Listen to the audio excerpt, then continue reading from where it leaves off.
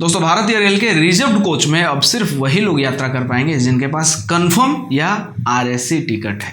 आपने ticket online book कराया है, ऑफलाइन बुक कराया है, कुछ भी हो, अगर आपका टिकट कंफर्म नहीं होता है तो आप यात्रा नहीं कर पाएंगे। अगर आप ऐसा करते हो, हालांकि जो ऑनलाइन टिकट है वो ऑटोमेटिकली कैंसिल हो गए। जिस खाते से आपने पेमेंट किया है टिकट बुक करते दौरान, उस खाते में पैसे वापस कर दिया जाता है रेलवे की तरफ से ही, टिकट कंफर्म नहीं होने पर, फाइनल चार्ट बनने के बाद।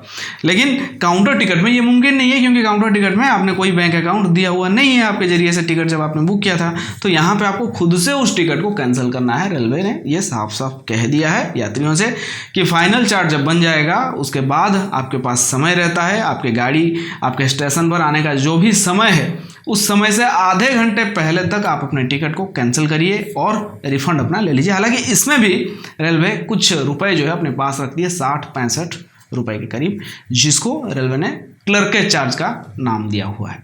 खैर कोई बात नहीं है, ये छोटे मोटे अमाउंट जो है बड़ा मैटर नहीं करता है। मैटर यहाँ पे जो है दोस्तों कि इस समस्या का समाधान क्या है। जी हाँ, मैं आज आपको इसका समाधान भी यहाँ पे बताने वाला हूँ। देखिए, अगर आप काउंटर से वेटिंग टिकट लेते हो और ये टिकट कंफर्म नहीं होता है तो इस टिकट के साथ आप 3 चीज़ें कर सकते हो। पहला ये कि उसको कैंसिल करके आप अपना रिफंड पालो। दूसरा ये कि उस टिकट को लेकर आप जनरल क्लास में यात्रा कर सकते हो, चाहे आपका टिकट एसी का ही क्यों ना हो। अगर वो वेटिंग में रह गया है तो उसमें सिर्फ आप जनरल में यात्रा करने लायक वो बच जाता है। और तीसरा ये कि गाड़ी के आने का समय जब तक नहीं होता है तब तक आप उस टिकट को प्लेटफॉर्म टिकट के तौर पर इस्तेमाल कर सकते हो। तो सबसे फायदेमंद जो है वो पहले वाला है, यानी कि कैंसिल कर लो। अगर जनरल में यात्रा करना है तो जनरल टिकट ले लो, अगर प्लेटफॉर्म चाहिए तो 10 रुपये का प्लेटफॉर्म ले लो। तो ये तो है दोस्तों समस्याएं। इसका समाधान जो है वो दरअसल ये है, कुछ 4 चीज़ें हैं। अगर भारतीय रेल वो 4 चीज़ें करती है तो इस समस्या का कोई बहुत ज़्यादा असर यात्रियों पर नहीं होने वाला है। पहला समाधान यह है कि बहुत सारे गाड़ियों से जनरल क्लास के डिब्बों को कम कर दिया गया है कोविड के टाइम से, और अब तक गाड़ियों में जनरल क्लास के डिब्बे कम ही लगे हैं,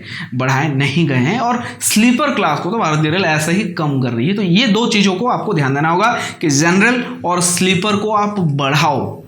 दूसरा सुझाव ये है कि बिजी रूट्स में गाड़ियों को बढ़ाने की ज़रूरत है, जैसे कि दिल्ली से चेन्नई हो गया, या चेन्नई से हावड़ा, मुंबई से दिल्ली, या फिर बहुत सारे और भी ऐसे शहर हैं जिनको आपस में जोड़ने के लिए भारतीय रेल के पास बहुत कम गाड़ियां हैं, जिनको बिजी रूट्स के तौर पर देखा जाता है। तो उन रूट्स में गाड़ियों को बढ़ाने की काफ़ी ज़्यादा ज़रूरत है। तीसरा सुझाव ये है दोस्तों कि वेटिंग टिकट सिर्फ उतना ही दो जितना कंफर्म हो सके, या 1, 2, 4 वेटिंग रहे कोई बात नहीं है, लेकिन ज़्यादा से ज़्यादा कंफर्म होना चाहिए। किसी गाड़ी में जो है वेटिंग टिकट 20, 30 या 50 तक कंफर्म होता है और आप जो है दे रहे हो 200, 250, 150, तो ऐसे में वो यात्री जाएंगे कहाँ? उनसे आप क्लर्क के चार्ज के नाम पर अगर वो कैंसिल भी अपना टिकट करते हैं तो आप एक बहुत बड़ा सा रकम उनसे ले जा रहे हो।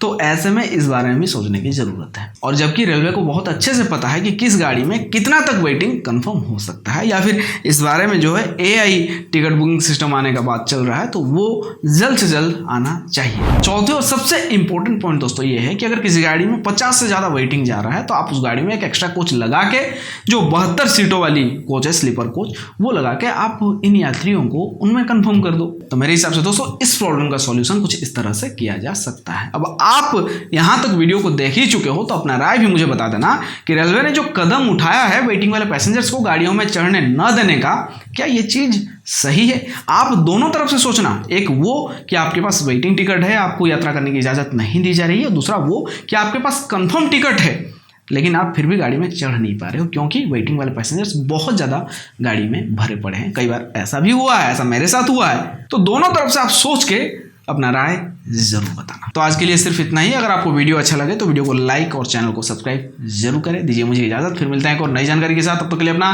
ख्याल रखें। Take care, bye bye.